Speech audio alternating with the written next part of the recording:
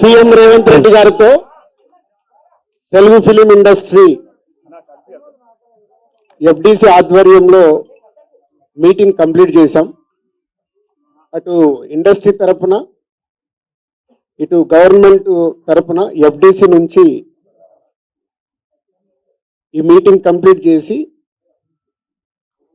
అటు గవర్నమెంట్కు ఇండస్ట్రీకి జరిగిన ఈ డిస్కషన్లో ఏదైతుందో చైర్మన్ ఎఫ్డిసి చైర్మన్ నా ద్వారే సీఎం గారు మీకు కమ్యూనికేట్ చేయమన్నారు.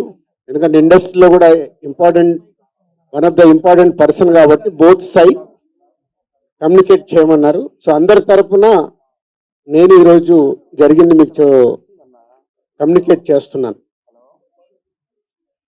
ముందుగా సీఎం గారి విజన్.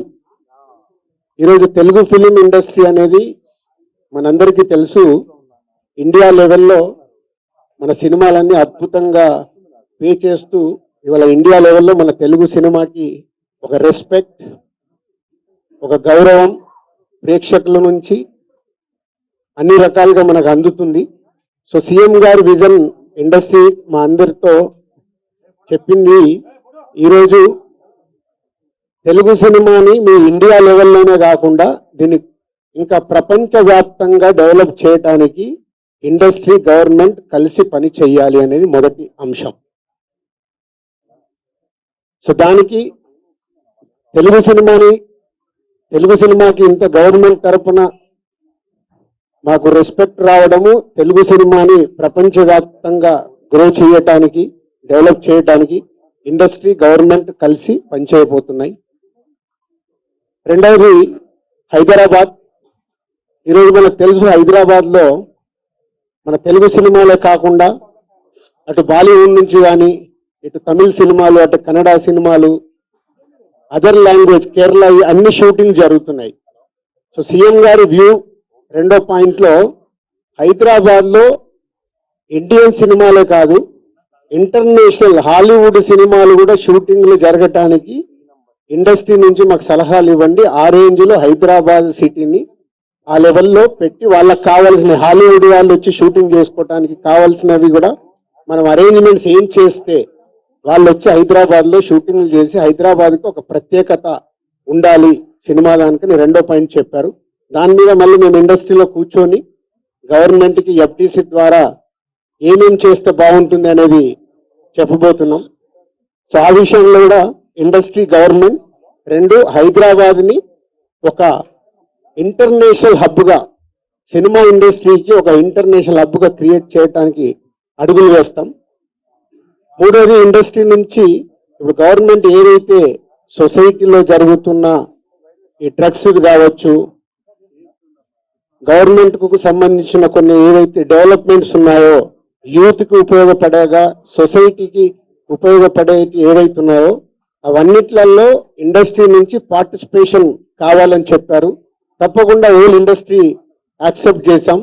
ఎందుకంటే గవర్నమెంట్ చేస్తున్న మంచి పనులకి, అలాగే ఈ డ్రగ్స్ విషయంలో కానీ ఈ విషయంలో ఇండస్ట్రీ నుంచి మా హీరోలు, డైరెక్టర్లు ఎవరైతే ప్రత్యేకంగా వాళ్ళ ద్వారా చెప్తే సొసైటీకి రీచ్ అవుతుందో ఆ కార్యక్రమం కూడా తీసుకురాబోతున్నాం.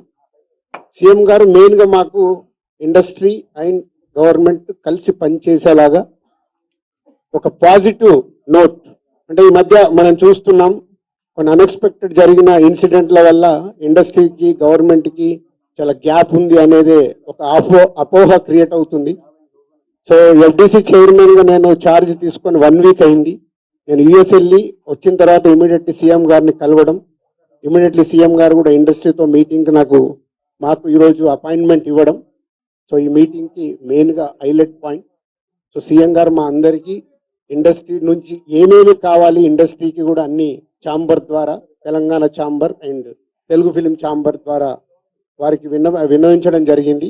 ఇక్కడ ఉన్న చిన్నవి మాకుండే సమస్యలు ఉంటాయి, షూటింగ్లనో ఈవెంట్స్ అనో ఇలాంటి అవిటికి మాకు, అలాగే డీజీపీ గారిని కూడా కూర్చోబెట్టుకొని సినిమా ఇండస్ట్రీకి కావాల్సిన అన్ని, పోలీస్ సైడ్ నుంచి ఎప్పుడు ఏది కావాలన్నా ఎలాంటి సపోర్ట్ చేయాలి ఏంటి అనేది కూడా చెప్పడం జరిగింది. ఇప్పుడు ఇంకా టికెట్ రేట్లు, బెనిఫిట్ షోల వరకు టాపిక్ కాదమ్మా, ముందు ఇండస్ట్రీ గ్రోత్ అది చిన్న పార్ట్. అది బెనిఫిట్ షోలు, టికెట్ రేట్లు అనేది చిన్న పార్ట్, దానికి ఇంపార్టెన్స్ కాదు. గవర్నమెంట్ పెద్దది, నేషనల్ వైడ్ గా ఇంటర్నేషనల్ వైడ్ గా తెలుగు సినిమాని ఎలా తీసుకెళ్దామనే బిగ్ విజన్. అదే ఎజెండా. సినిమాలు సెకండరీ. సంవత్సరంలో 200 సినిమాలు వస్తాయి, అది ఇంపార్టెంట్ కాదు.